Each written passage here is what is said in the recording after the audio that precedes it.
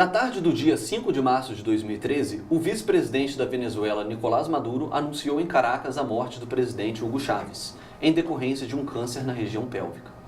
Um mês e 9 dias depois, Maduro era eleito com um pouco mais de 50% dos votos para governar a Venezuela até 2019. Com a promessa de manter as políticas sociais implantadas por Chávez, Maduro simbolizava a continuidade. No entanto, a Venezuela mudou. A queda no preço do petróleo e a inflação alta prejudicaram a economia do país. Protestos contra e a favor do governo ganharam força desde então. Alguns líderes da oposição foram presos, acusados pelo governo de tramarem um golpe de Estado. Para entender o que está acontecendo na Venezuela, eu converso agora com o professor de Relações Internacionais da Universidade Federal do ABC, Igor Fuser. Olá, Igor, tudo bem? Olá, Caio, tudo bom? É um prazer estar aqui no Mackenzie. Agradeço o convite para essa entrevista. Igor, eu gostaria de começar o nosso bate-papo com uma curiosidade. Naquela tarde do dia 5 de março, quando o Maduro anunciou a morte do presidente Chávez, alguns setores críticos ao governo acusaram Maduro de esconder a informação de que o Chávez já havia morrido há 2 meses atrás em Havana e não em Caracas, né, para fins políticos, eleitorais. Isso é uma mera especulação ou isso de fato pode ser que tenha acontecido? Olha, os rumores mais absurdos circularam naquela época e, quer dizer, houve um empenho de certos setores da imprensa contrários ao governo da Venezuela, né, de difundir informações completamente fantasiosas. O fato de que o Chávez, quando ele faleceu, ele estava em Caracas, isso foi amplamente comprovado. Ele chegou a se manifestar no hospital em Caracas. Então, quanto a isso, não há a menor dúvida, né? Então, quer dizer, faz parte de uma campanha de mentiras que circulou na época. Ele fazia o tratamento contra o câncer? Ele fez o tratamento todo em Havana. Em Havana. Em Havana, exato. Mas, quer dizer, no final, quando ele já não tinha mais realmente chance de sobreviver, inclusive foi uma escolha dele morrer na terra dele, que é a Venezuela. Entendi. Igor, se a gente olhar para o contexto econômico da Venezuela no final dos anos 80 e começo dos anos 90, a gente consegue traçar algumas semelhanças com o contexto econômico venezuelano atual, queda do preço do petróleo, aumento do combustível, que acabou gerando uma situação de insatisfação por parte da população, insatisfação essa que contribuiu até para que o próprio Chávez tentasse chegar ao poder em 92, ou não, ou são contextos históricos distintos e uma coisa não tem necessariamente a ver com a outra? Olha, para a gente entender o que está acontecendo na Venezuela, a gente tem que levar em conta, antes de tudo, as transformações pelas quais o país passou nesses 14 anos. Quer dizer, a Venezuela, em 1999, quando Chávez assumiu, era um país em frangalhos. O índice de pobreza ultrapassava os 60% da população, né? O desemprego altíssimo, quer dizer, uma situação realmente lamentável, né, em que estava a Venezuela, o que explica a própria ascensão do chavismo. Como é que é possível Hugo Chávez, que não pertencia a nenhum dos partidos políticos tradicionais, um militar que já tinha tido uma experiência de prisão por uma tentativa anterior de tomar o poder, ele foi eleito concorrendo contra todos os partidos consolidados no país e ganha com maioria absoluta dos votos no primeiro turno, né, e depois se consolida com um apoio popular muito grande. Né? É porque o modelo econômico anterior estava em colapso. Nesses 14 anos, houve uma mudança muito grande na Venezuela, sobretudo na área social. Quer dizer, a pobreza na Venezuela diminuiu a menos da metade do que era antes. Quer dizer, questões básicas como saúde, como educação, como moradia... foram universalizadas. Né? Exato. Quer dizer, houve uma melhoria muito grande nessas áreas. Não, sem dúvida. A gente vai chegar nesse debate. Eu gostaria de entender, entretanto, as razões pelas quais justificam a ascensão do Chávez, ou seja, num contexto venezuelano pré-década de 90. né, mais ou menos a partir da quebra do monopólio do Punto Fijo, né, que numa época em que a política venezuelana era muito voltada para as elites, né? Tinham 2 partidos que se revezavam no poder. Exatamente. Né? Uma Venezuela que não uma política que era exclusiva para as elites. E que isso começou a mudar quando o então presidente Carlos André Pérez chega ao poder, né, promovendo, sob a promessa de promover essas mudanças, de atender alguns anseios populares. No entanto, quando ele chega ao poder, ele acaba não concretizando essas promessas, ele acaba também se desvirtuando para as elites, e isso faz com que o próprio Chávez tente chegar ao poder através de uma tentativa de golpe em 92, né, pelo qual ele foi preso, depois ele foi solto, mas ali começa a trajetória política do Chávez já como um líder de massa, como um líder popular, correto?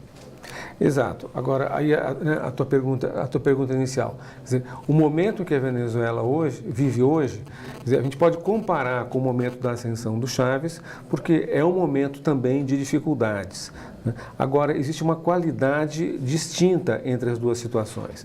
Quer dizer, a primeira é que o governo tem uma base de apoio popular bastante importante. É impossível dizer se é maioria, se é minoria, né? Agora, o fato é que amplas parcelas da sociedade venezuelana, sobretudo a maioria, que são os mais pobres, foram beneficiados por todo um leque amplíssimo de políticas sociais. Então, esses setores, uma parte deles estão descontentes, né? Quer dizer, conforme, né, foi dito, a inflação está alta na Venezuela, né? Ocorrem problemas que não é de uma escassez generalizada, mas uma escassez pontual de certos produtos básicos que geram um desconforto muito grande. Quer dizer, ninguém está contente com a situação que vive a Venezuela hoje, no presente momento. Né? No entanto, há uma percepção muito visível da maioria da população de que não quer voltar ao modelo anterior, né, ao modelo do chamado livre mercado, das políticas neoliberais. Ok. Bem, vamos agora para um rápido intervalo e voltamos em 1 minuto, papo.com.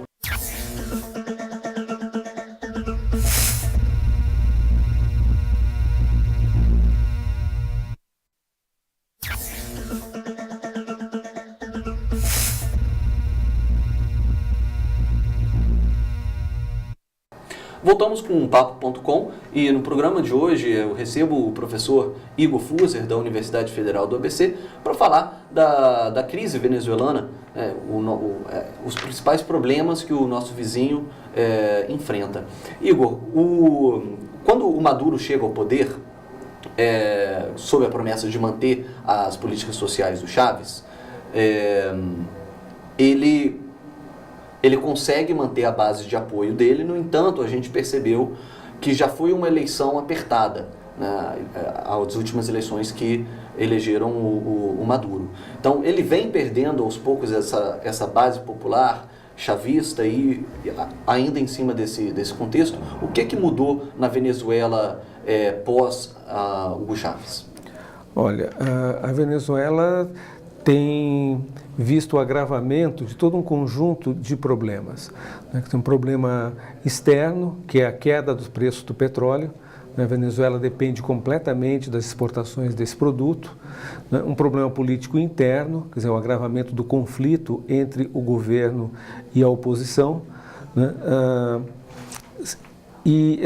O conjunto desses conflitos tem agravado a situação econômica do país. Então, provocando aumento da inflação, a desvalorização da moeda, a escassez de alguns produtos. Então, todo um conjunto de dificuldades que hoje constituem um desafio tremendo para o governo. O governo mantém uma base de apoio, mas se sente acuado por dentro e por fora. Por dentro, pelo crescimento da oposição, né, que ganha espaço a partir das dificuldades do governo e por fora, sobretudo, pelas pressões dos Estados Unidos. Os Estados Unidos acabam de declarar a Venezuela como uma ameaça à sua segurança, a segurança dos Estados Unidos, o que é um completo absurdo, porque você olha a capacidade militar da Venezuela, olha a capacidade militar dos Estados Unidos, não há comparação possível e nunca houve em nenhum momento qualquer ato hostil da Venezuela em relação aos Estados Unidos. Na verdade, o que os Estados Unidos estão dizendo é o contrário. Nós estamos ameaçando vocês, né? Nós vamos fazer tudo o que tiver ao nosso alcance, e não é pouco, os Estados Unidos, para desestabilizar e derrubar o governo da Venezuela, que é um governo claramente contrário aos interesses dos Estados Unidos. Né? Então, é uma situação muito difícil. O governo venezuelano acuado por dentro e por fora, tanto no político quanto no econômico. Bem, em cima dessa polarização política que a Venezuela vive, esse conflito de poder entre situação e oposição, nós temos, de um lado, o governo Maduro, que acusa ingerência americana, inclusive financiando, né, os protestos que desencadearam no país em 2013, no ano passado, que culminaram na morte de 44 pessoas. Então, se a gente olhar para a história da Venezuela, a gente nota que houve, sim, diversas tentativas de golpe de Estado. Inclusive, o próprio Chávez tentou derrubar um governo. Depois, ele, Chávez, foi vítima de um golpe de Estado em 2002, né, que durou 47 horas, ou seja, isso está na história. Né? Mas até que ponto, 13 anos depois, né, desse golpe, essa possibilidade é real? Ou seja, de fato isso é algo concreto, é algo que a oposição pode tomar o governo à força?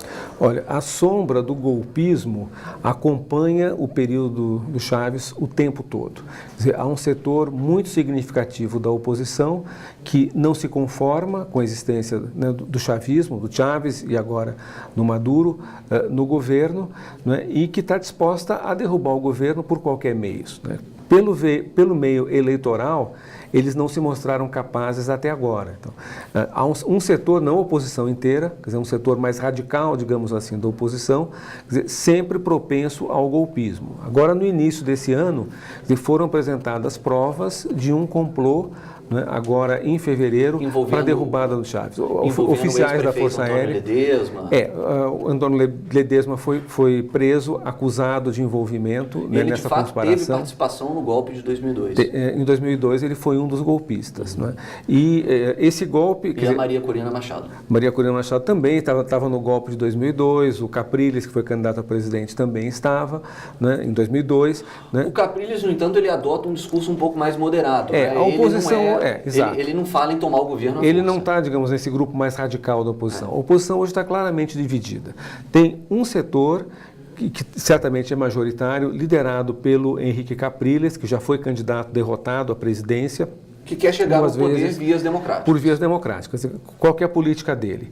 Vamos esperar o governo se desgastar e derrotá-lo nas eleições, urnas. Pelas urnas. E existe um outro setor mais impaciente, digamos assim, que está disposto, não quer esperar pelas eleições, até porque as eleições nunca se sabe o resultado, e está disposto a depor o governo pela força, criando uma situação de golpe, né, com apoio, né, não se sabe até que ponto do governo dos Estados Unidos, mas de setores da política dos Estados Unidos, sem dúvida. E neste grupo se enquadram a Maria Corina Machado e o Leopoldo Lopes, que está preso.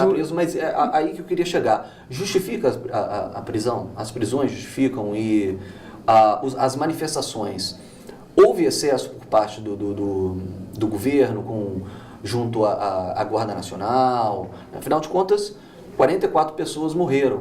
Né? Ou seja, é claro que a oposição não é santa, a oposição também está imersa nesse jogo político, mas o governo também cometeu excessos e não deveria partir, talvez, desse governo uma busca de se aproximar da oposição para melhorar, inclusive, a imagem perante a comunidade internacional?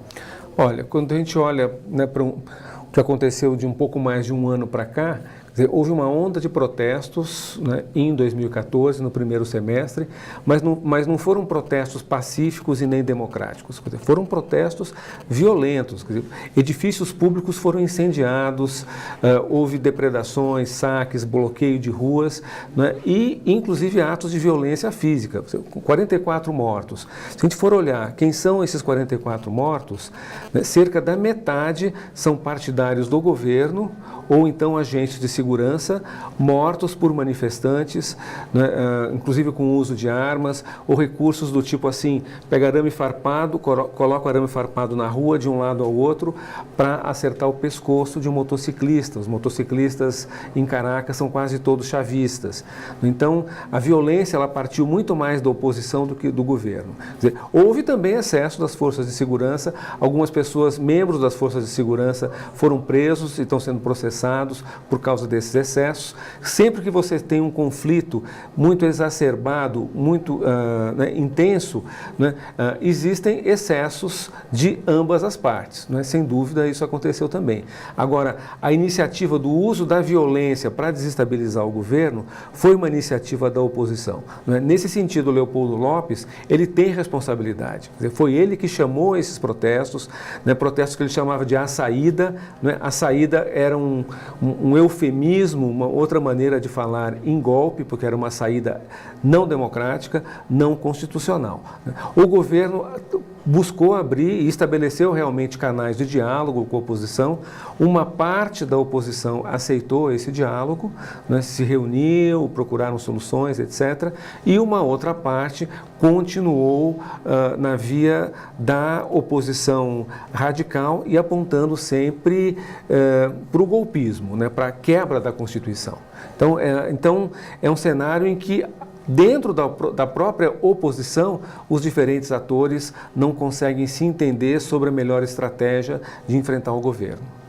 Bem, Igor, infelizmente o nosso tempo acabou, né? Eu gostaria de continuar o nosso bate-papo, tinha muitos outros assuntos para a gente falar, liberdade de expressão, né, Revolução Bolivariana, mas o nosso tempo acaba. Eu agradeço a sua participação aqui no nosso programa, né? O Papo.com está aberto, né, para a promoção da compreensão junto aos nossos telespectadores para entender, né, esse contexto complicado em que vivem os nossos vizinhos e qual que é a influência em maior ou menor grau da relação destes países com o Brasil. Foi um prazer e eu fico à disposição de vocês. Muito obrigado. O Papo.com fica por aqui. Muito obrigado.